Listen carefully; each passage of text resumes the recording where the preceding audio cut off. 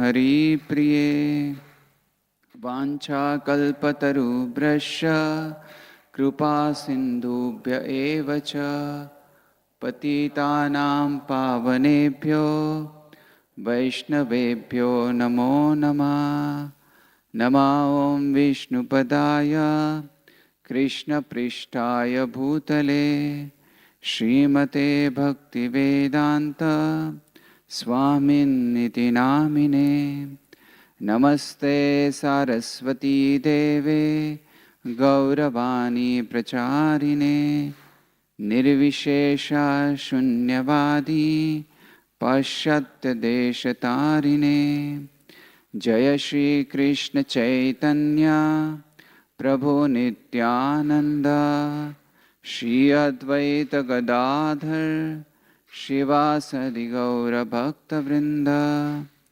Hare Krishna Krishna Krishna Hare Hare Hare Rama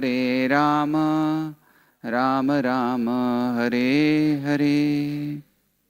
Hare Krishna. The translation. The father of all the Prajapatis, Brahma, thus seeing all his Prajapati sons speaking in this way, became very much ashamed at once, gave up the body he had accepted. Later the body appeared in all direction as a dangerous fog in darkness.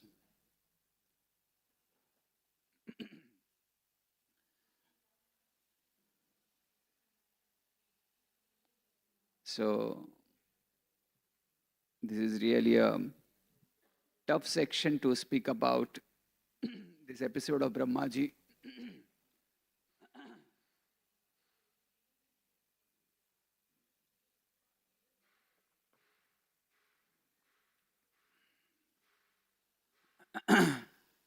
So, Lord has a plan to teach us through his dear devotees. This is what also explained into the shloka in the verse purport. So here it mentions that Brahmaji gave up his body. So we'll look into what Vishwanath Chakravarti Thakur gives the explanation about Brahmaji giving up the body is. So he says it is impossible for Brahma to give up his body before his lifespan, his whole lifespan is remaining. How can he give up his body? So what does it means to giving up the body is the giving up the disposition. So giving up that disposition is giving up the body. So, I remember when I was new in Krishna consciousness, I was very new to so many terminologies. So I saw few devotees who got initiated on that day. And one of their friend, he approached them and then he said, calling out his previous name and said, "You are dead." I was surprised. What's the way? Something auspicious happened. He got an initiation. And why is he saying, "You are dead"? I really could not get that. So later he gave an explanation that actually dead means death of the previous one. Death of your previous who you were, that is dead. So actually the person is same. That means what? Earlier what he has holding the dispositions, earlier what he was having the old way of doing things is now dead, and now he has got a new birth. New birth, new dispositions, serving spiritual master, accepting new life of commitment to Krishna consciousness. So that is a new life, and that new life means death to the previous life. So we'll concentrate upon this purport, this part. So disposition means how we look at the world. So how we perceive the world around us. How we perceive. So there are two vrittis, Bhogabriti and Sevabriti. So Bhogabriti is seeing the world as an object of enjoyment. Whatever you see around is an object of enjoyment. That's a Bhogabriti. And Sevabriti is a service, where you realize your position, that you are a servant of servant, and the world is actually Krishna's property, and I render service to Krishna. I am here to render service to Krishna. So seeing the world as a utility to facilitate our innate nature of servant of servant. So that's what is a seva vritti. So Bhogabriti is like, to best explain, I remember when I used to see in early days, childhood days, cartoons. So there was a Tom and Jerry. So Tom is a cat. So cat sees ducks, baby ducks, and the birds and the rats. What it sees as not any living entity, but it sees as a walking menu to eat. That's what it sees. So, because it looks through the senses, how can I enjoy? How can I enjoy the sense of a tongue? That's what it is looking for. So sometimes people around us, we see, of this world, they are so much absorbed into the enjoyment. Whatever they are looking around, they see as how can I utilize that for my enjoyment? For that matter,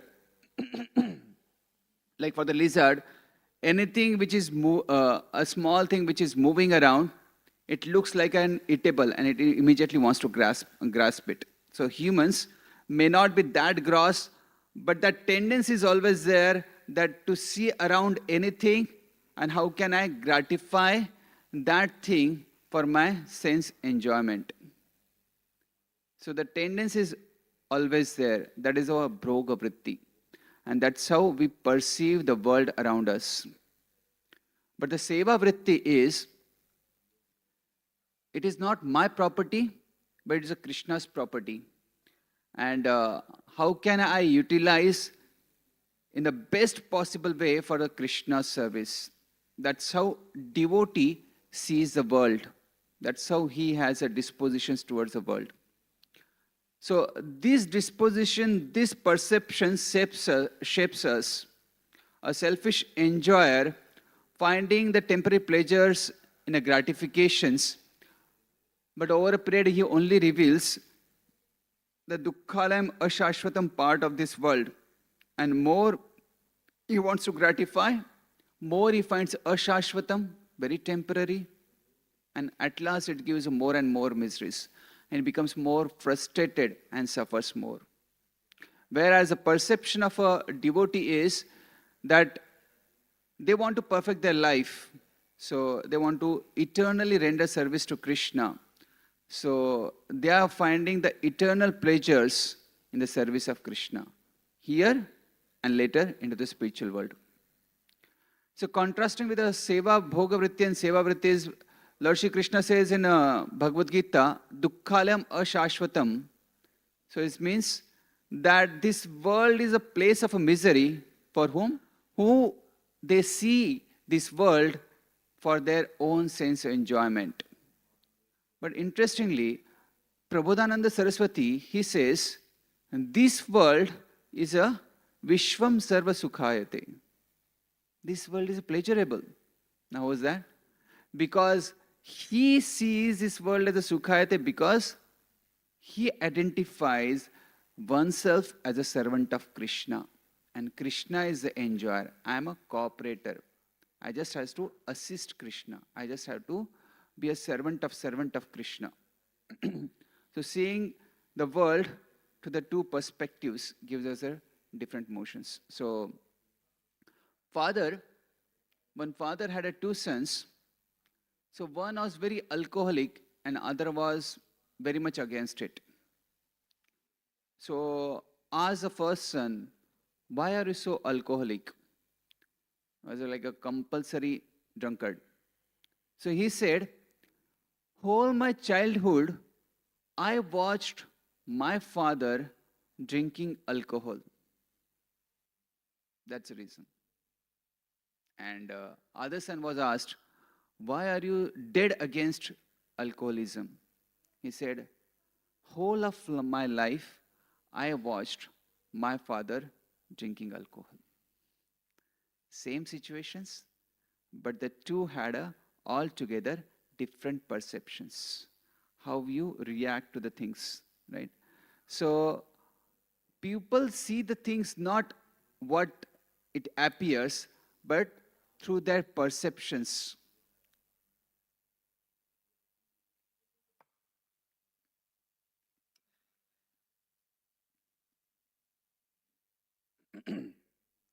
So we through the perception which is in our heart. So that comes from that consciousness, that disposition of our consciousness in our heart, right? So we something see with our eyes, but according to our disposition within us, we see completely different ways, completely different things. So understanding this, with the contrasting Dhritarashtra with the Vidura, Dhritarashtra, who was always having this mentality or the consciousness of a being victim, that mentality, victim mentality. So why? Because I was born blind, my whole life is being spoiled, opportunities taken away from me, I could not become the king. But what he never saw is that he was given a royal family, right? He had so many servants, he had so many opulences, but just not concentrating upon what he has, but always being crying out for what he is deprived of, that why am I blind, why these things happen to me, why is this, right? So many of us, we also see both the sides, what happened bad to us and what good happened to us. What we emphasize the most depends upon our dispositions, our value system within. We see that in a Dhritarashtra, but exactly opposite of Dhritarashtra is Vidura, who was always very grateful. He could have been actually showing his victim card, saying that he had a good wisdom, good faculties by which he was giving so many advices how to rule. And rather, everybody was coming to him, right? The king was coming to him and asking for the good advice. So now just imagine, if somebody comes to you for good advice, and when your advice works so well, you become so proud. You become so proud that, okay, this all happened so good, because I gave advice. Because one good day, he had come to me, and I spoke to him. And that's what you see now good in his life, because I gave that good advice. Sometimes people take that pride. But Vidura was not like that. He could have shown his such a good faculty, and he could have said that, I am being deprived of being king because I was born of a maid, right? I was deprived of this opportunity. But rather than saying that, he was always being grateful. He never showed his victim card. He never had a thinking of being a victim mentality. So both are actually different, what they focused upon. Dhritarashtra as a victim, and Vidura was being very grateful. So disposition, our internal disposition, cannot just be changed by anything externals. Some people think over a passage of time, when we grow old, or when we have some change of a place, change of some services, change of a location, a temple or something, then I could be better. Let me just do these changes, and then I could have a better things. Then I can perform well or change myself. But we see, Srila Prabhupada talks about one story of a Mughal king. So this Mughal king had many wonderful ministers and very brilliant ministers. So one time, this king asked to his minister that how long does it take to the lusty desire to continue? How long it continues? So this minister replied, up to the point of a death. And this king said, no, I don't agree to it. This is not possible. Up to the point of death? That's not possible. So, and the discussion was closed, but this minister remembered very well. So after a few days, he asked Basha to come, the king to come, to one old man's house. And he said, please get your younger daughter also. And she was beautiful. So they got, and then this minister said, please observe, we are going to that old man who is on the deathbed. Please observe what he looks at the most. Now imagine, king has come to the house, so everybody will look at the king. But this old man who is at the deathbed, but his eyes are hooked to this daughter. So then king understood, yes, even the lusty desire cannot go away just by the passage of a time, just by the old age. It doesn't happen. It is not by any external phenomena that these desires will go away from us, this disposition will go away from us, right? So what is that? What can change? What is that biggest obstacle which binds, which takes us away from our devotional service? So why can't we see that transformation within us? So there was one king who had one Rajguru, and this king had an issue that his prince and younger ministers, they were very lethargic. They're so lethargic that the king said,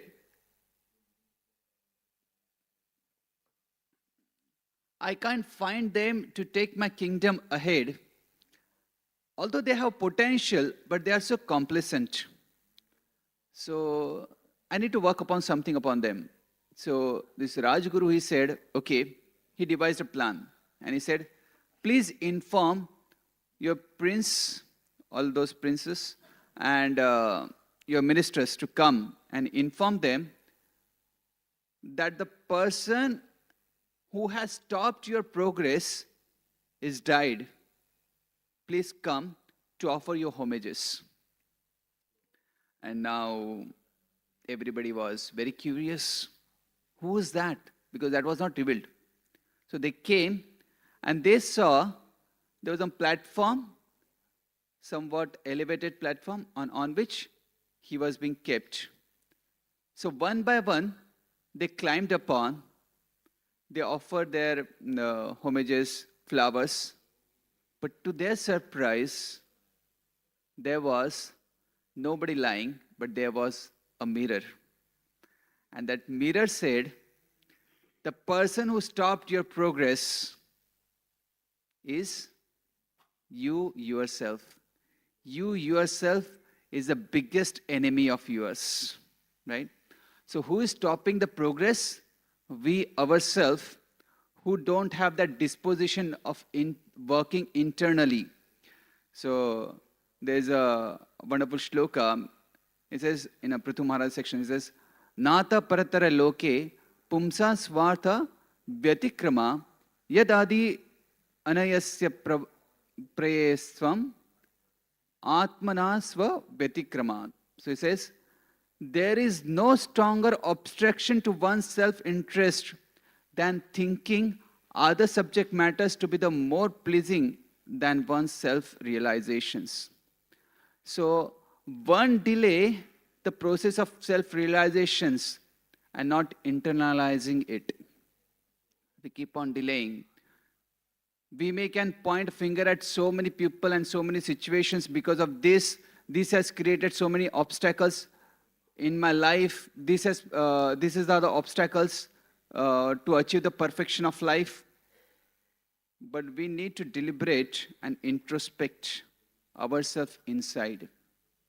Because the egg is broken not from outside. The egg is broken from the inside. When the chicken has to come out, it has to be broken from inside. So life happens within. So not any external situation or a people need to be changed for ourselves to change, but we need to change from ourselves from inside. Then it can happen. We cannot blame for anything externals. 11th canto, in Avanti Brahmana section, it says, so Avanti Brahman has to suffer so long in his life. And what was the conclusion of his? He says, Nayam jano me sukha dukkha hetur. So I have gone through so much of sufferings in my life. Nayam jano me sukha dukkha hetur na devatma graha karma kalaha.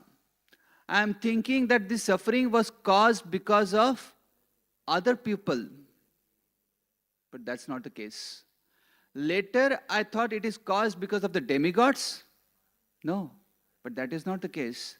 Later, I thought because of the grahas, because of the planetary systems, this has happened. No, but that is also not the case. Later, I thought it is a kala. It is because of the time. No. Then it says, karma. Is it because of the karma? No, it is not because of the karma. Mana paramam karanam. It says, mana paramam karanam. It is nothing but this cause of suffering is paramakaran. The main cause is our own mind. Main cause is our own mind, which is stopping us to progress, which is stopping us to practice this Krishna consciousness inside. It is not penetrating. The mind stops us to penetrate us inside. So, no doubt Lord Shri Krishna says in Bhagavad Gita, Chitatma prashantasya paramatma samahita.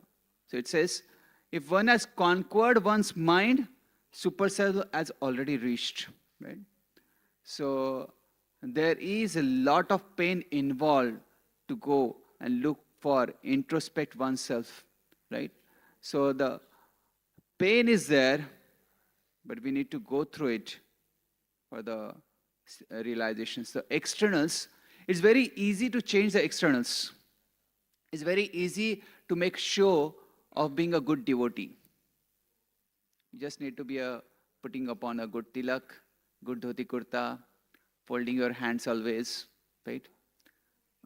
Closing your eyes in between and showing you how absorbed you are.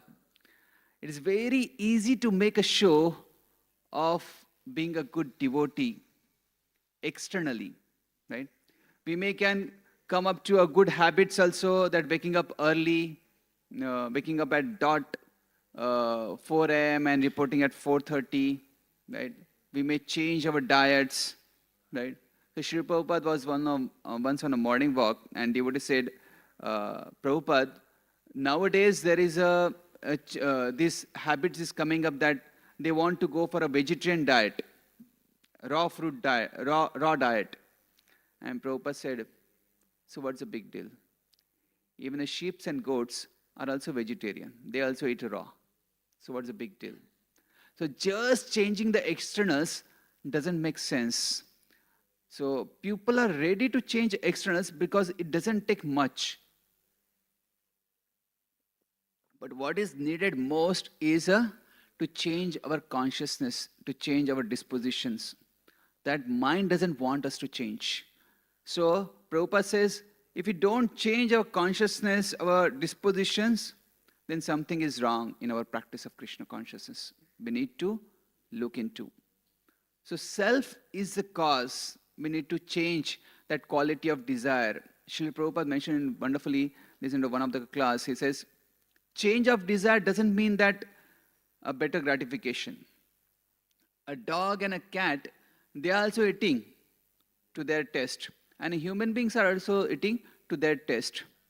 So, just like if you got a palatable food, either you put it in a golden pot, iron pot, or any other pot, the taste is the same.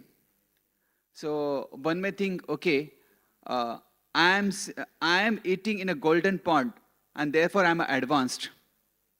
That is not the case. But the learned man will ask, Prabhupada says, learned man will ask some questions.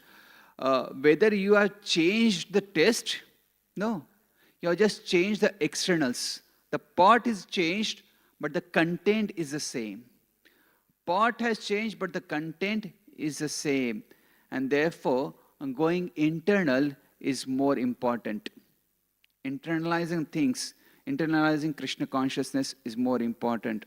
So, transformation means going internal. Transformation means death to our old selfish disposition, our old disposition of being separate enjoyer. So transformation means that transformation within. And how that transformation within can come in. There's a wonderful story.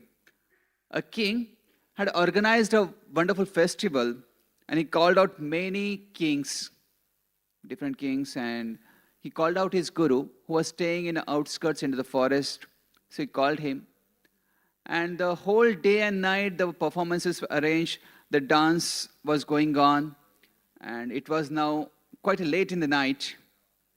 The dancer was performing, but the artists who were musicians, they were very tired, and they were missing upon some tal. So the dancer noticed that, and to make them alert, the dancers, she said,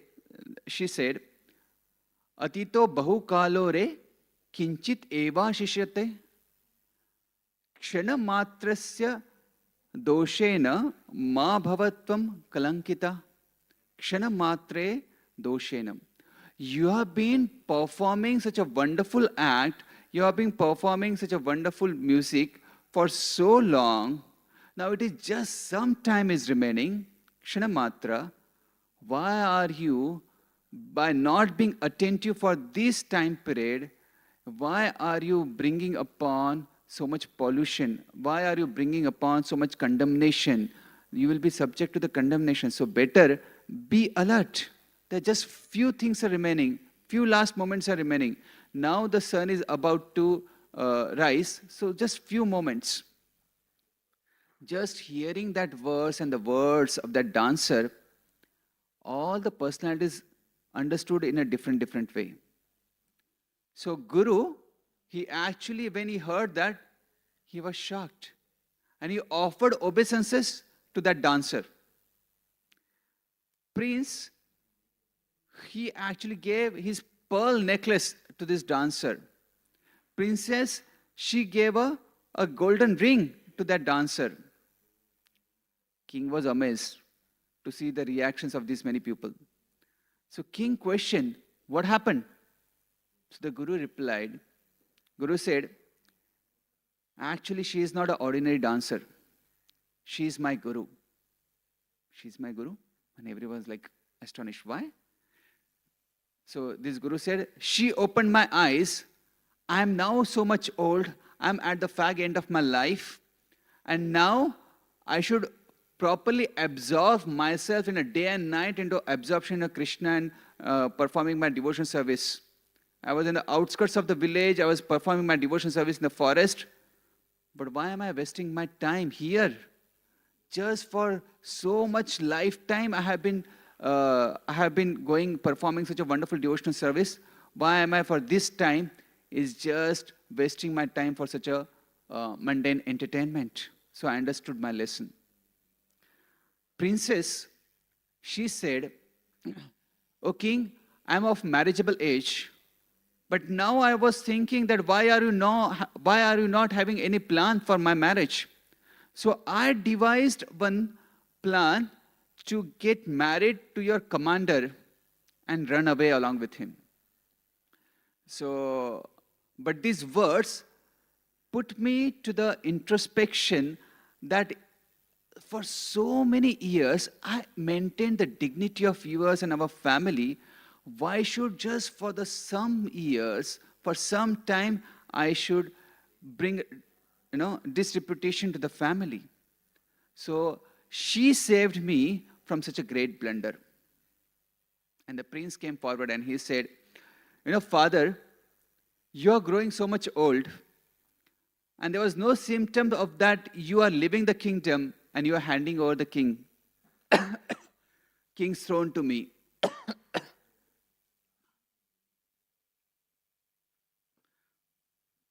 So I made an evil plan to, to throw you in a prison and rule over the kingdom. And but these words put me to the introspection. And then I understood, let me be patient. Because after your demise, or even before your demise, you are anyway anyway going to inherit all that property and that throne. So I should just be patient. For so long I have been patient, why should I hurry up for this? Rather than, and by doing such a kind of act, I will only incur more and more sin, hurting to my own father. So king started thinking over. And there's a wonderful section in Yayatis. Yayati says, Na jatu kama kama nam upabhogena samyati. So he says, as a supplying butter to the fire does not diminish the fire, but instead increases more and more. Havisha Krishna vartmeva bhuya evapi vartate. So, the endeavor to stop the lusty desires by continual enjoyment can never be successful. In fact, one must voluntarily cease from material desires. These are Yati sections.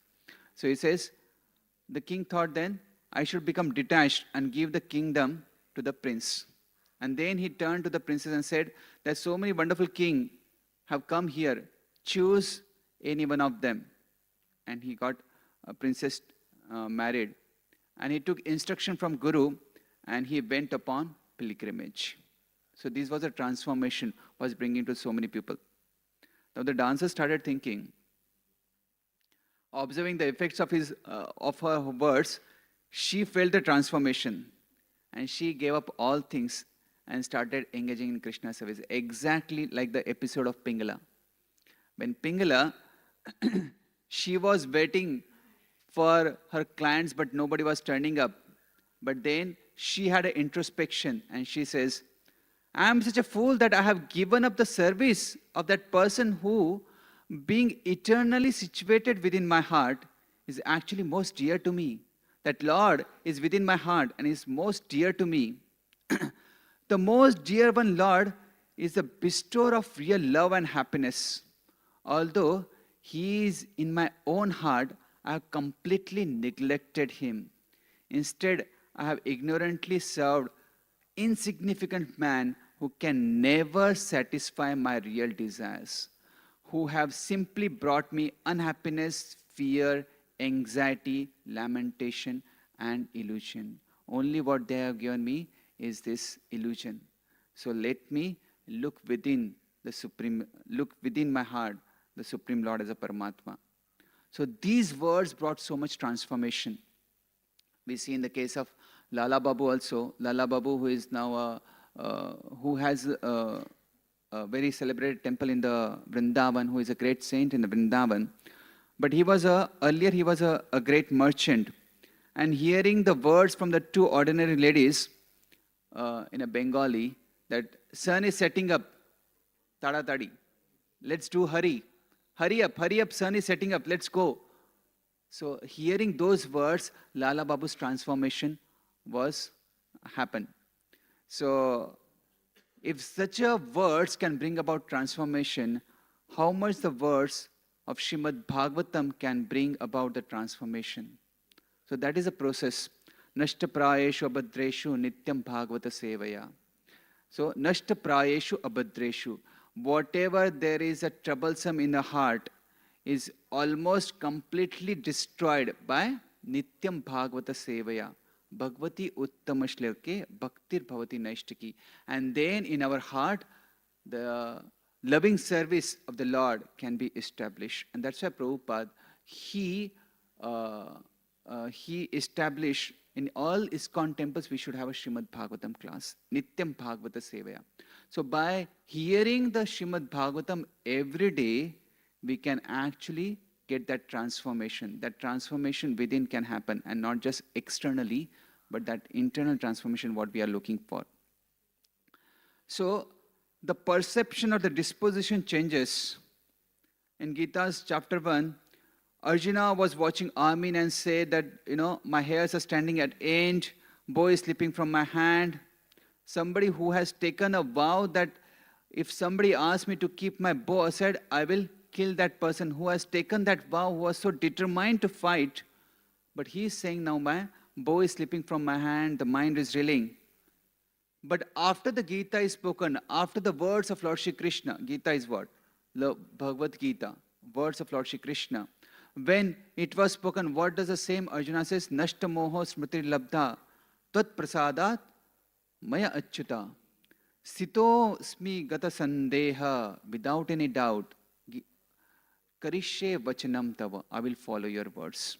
That's how the change of vision takes place. That's how the change of perception, disposition takes place towards any situations. When we hear from the words of the Lord, words from the acharyas. So, connection with the spiritual wisdom, that words can bring a transformation in our life. So that change of vision happens by the Shastra Chakshu. Tadvitti pranipatena pariprashnena sevaya upadekshanti te jnanam jnaninas tattva darshina. So 3 ways. It says pranipata. Pranipat means submissive, humble ourselves. Pariprashnena, inquiry. And sevaya, that service attitude. So hearing from spiritual master with the faith and accompanied by the humble service. Humbleness, that means the attitude is most important. Humbleness means, I don't know the way, please show me the way. Inquiry means, what is wrong with me? When Sanatana Goswami, he meets Lord Sri Chaitanya Maharaj, says, why am I suffering these threefold miseries? And service-mindedness, that Krishna is all in all. He is the best source of enjoyment, right? And that can relieve us from the all kinds of suffering. Bhagavatam says, Shronatam Swakatham Krishna Punya Shravana Kirtana Hridayantasto hi abhadrani vidunoti srutsatam. So, Lord Shri Krishna, the Supreme Personality of Godhead, who is Paramatma within our heart, within everybody's heart, He is He cleanses the desires of the material enjoyment from the heart of His devotees. When we hear Srimad Bhagavatam, when we hear through this ear holes Srimad Bhagavatam, but important point is offenselessly, attentively, right? With the attitude what is being described as with the humility, with the service attitude.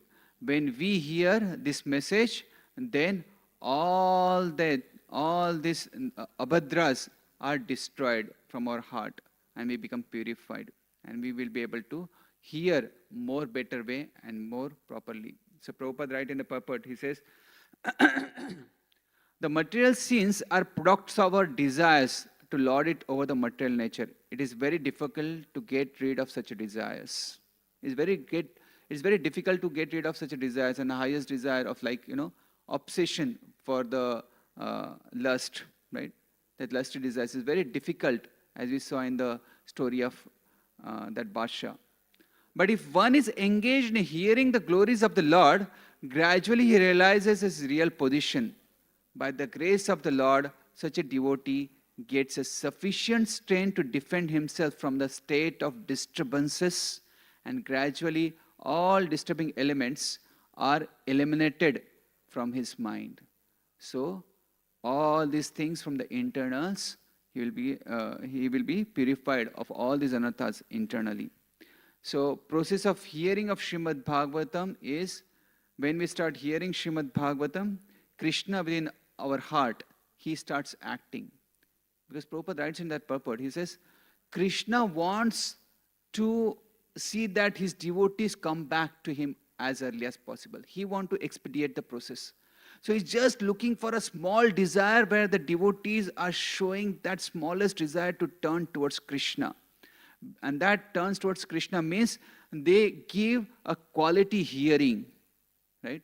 They do a proper attentive hearing with a proper attitude.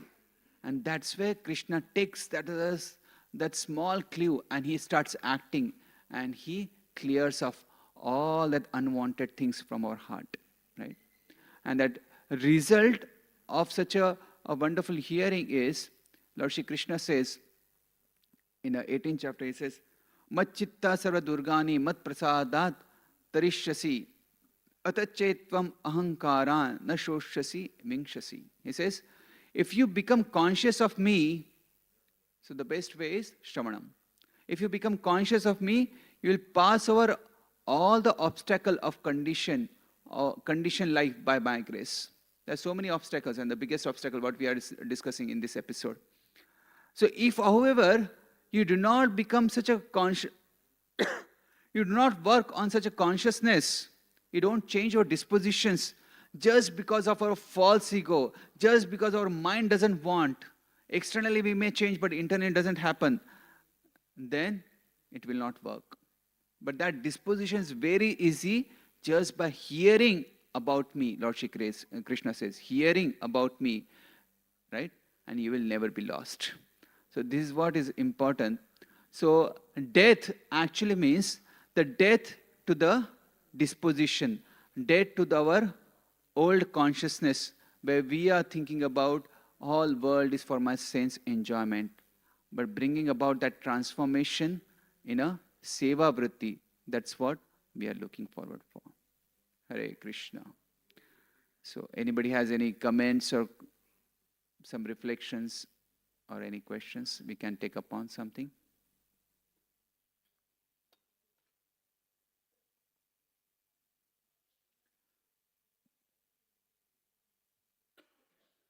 Hare Krishna. Thank you very much, Pradyumna Mishra Prabhu, for such beautiful presentation of how death is not just change of body, rather than change of mentality, and changing mentality from Bhogabriti to Sevabriti. Thank you very much, Prabhu, for such a beautiful insight to this. And this is the highlight of this particular class. My question is, Prabhuji, in this world, when we see everything around fully submerged in the consciousness of enjoying, that is Bhogavriti. And though we are here, few devotees trying to practice hearing Srimad Bhagavatam, trying to have Seva Vritti, but as soon as after hearing this, we go outside, immediately, that just like the sponge, we get affected by that Bhogavriti immediately. So how in this surrounding, our mentality becomes little bit affected by Seva Vritti, but as soon as we go out, again we are very much affected by Bhogavriti. So how and what things we should try to apply in our lives? So you are saying that when a sadhaka he goes outside, he gets affected by the externals again. So that's very true. That possible that we get affected by the external environment, and we may drift away from our path. So we may drift away from the seva vritti and we may get back to the bhoga vritti, right? But Lord Shri Krishna, he says that if we are nashtaprayashu, again, nashtaprayashu abhadeshu nityam bhagavata seva, if we have a continuous hearing, if we subject ourselves to the everyday hearing process, then these things over a period will get immune to. It is like, okay, let me give that example. So when we see a rock, and when certain droplets from the above is falling on that rock, initially it doesn't make any difference. But over the years, that droplet, when it continues to fall again and again, it creates so much impression, and in future probably it can break that rock also.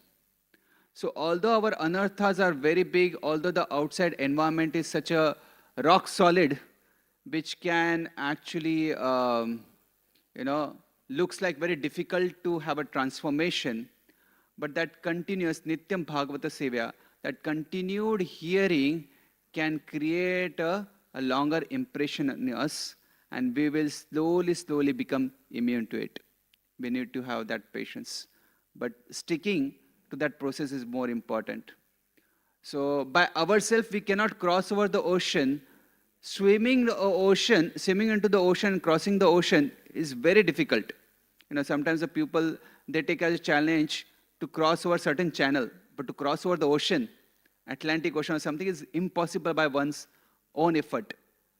But when a boat comes, it becomes so easier. What you need to do is just jump into that boat, right? And that boat is guided by that captain, right? So this association of devotees hearing and chanting together, and that boat is guided by the spiritual master, right?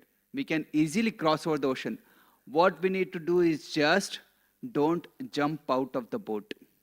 That's what we have to convince our mind. And that's what we have to again and again subject our mind to do anything, but don't jump out of the boat.